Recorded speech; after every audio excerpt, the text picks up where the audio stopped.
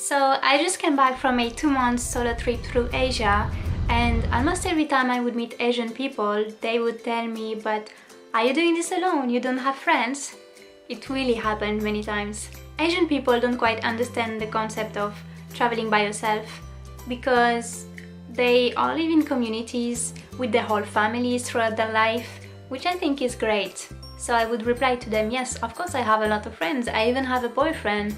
And this is actually the subject I want to talk to you about in this video. So you see, when you're in a serious relationship, it's obviously not easy taking the decision to go traveling by yourself, because you deliberately decide to set yourself in an adventure that will mean you and your partner will be separated and far away for a certain period of time that can be quite long. But there's also something so beautiful about being separated and knowing the day that you will meet again and building the rush towards it. It's like your big trip ends, but it's not sad because you know that you will be reunited, which is amazing. So I'd like to tell you about how I decided to take this trip and how I told my boyfriend. In the past, I've done quite a few solo trips, and I've always been single while taking those trips. The relationship I'm in right now is my first long and serious one, and actually in the first days of this relationship I was a little bit confused because I wasn't ready to be in a serious relation. I was someone very independent and I was afraid that I would lose my independence. So it was like gaining something great but sort of giving up on something else. In the first months of our relationship, if you had told me that I would soon be again traveling by myself while still being with him, I wouldn't have believed it, no way. I thought that was too dangerous for a couple.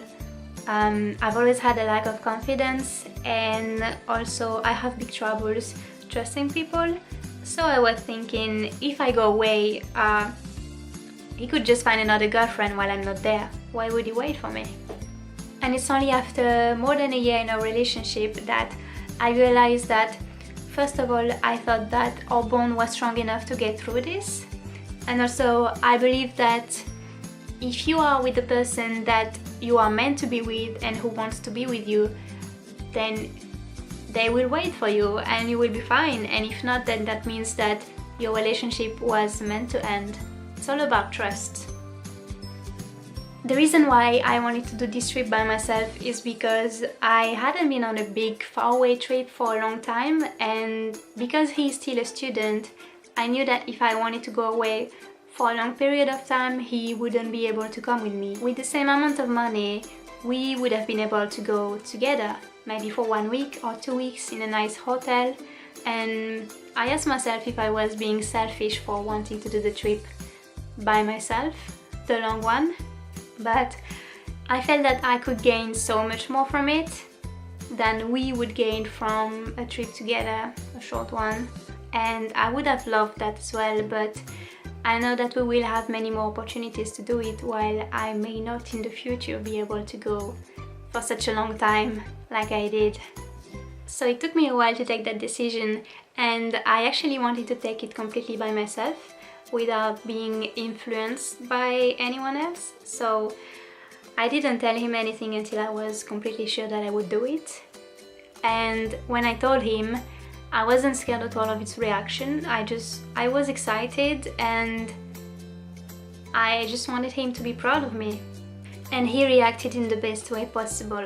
And I knew that's what he would do, because he just always wants the best for me. And even if he knew that it would be difficult for him and he would miss me, he didn't show me anything. He just encouraged me to go, and I think this is so admirable. This is what I love the most about him. He just cares about the people he loves so much, and he just put their happiness before his own happiness, and I'm just so lucky to have him in my life. So this trip went extremely well, and thanks to Facebook and Messenger and FaceTime, we were able to communicate every day, which made it really easier. And the big reunion was as great as I expected it would be. I think something like that can only make your relationship stronger. So if you are thinking about doing it, I really encourage you to think about this great opportunity that you have that will bring you so much knowledge and great memories, and just go for it. Traveling solo is actually much easier than people think it is.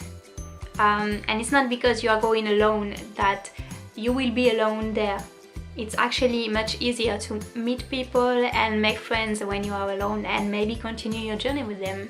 So I hope this video was helpful for you. If so, please let me know in the comment below. This is the first video I've done in a long time, and I'm gonna keep doing more.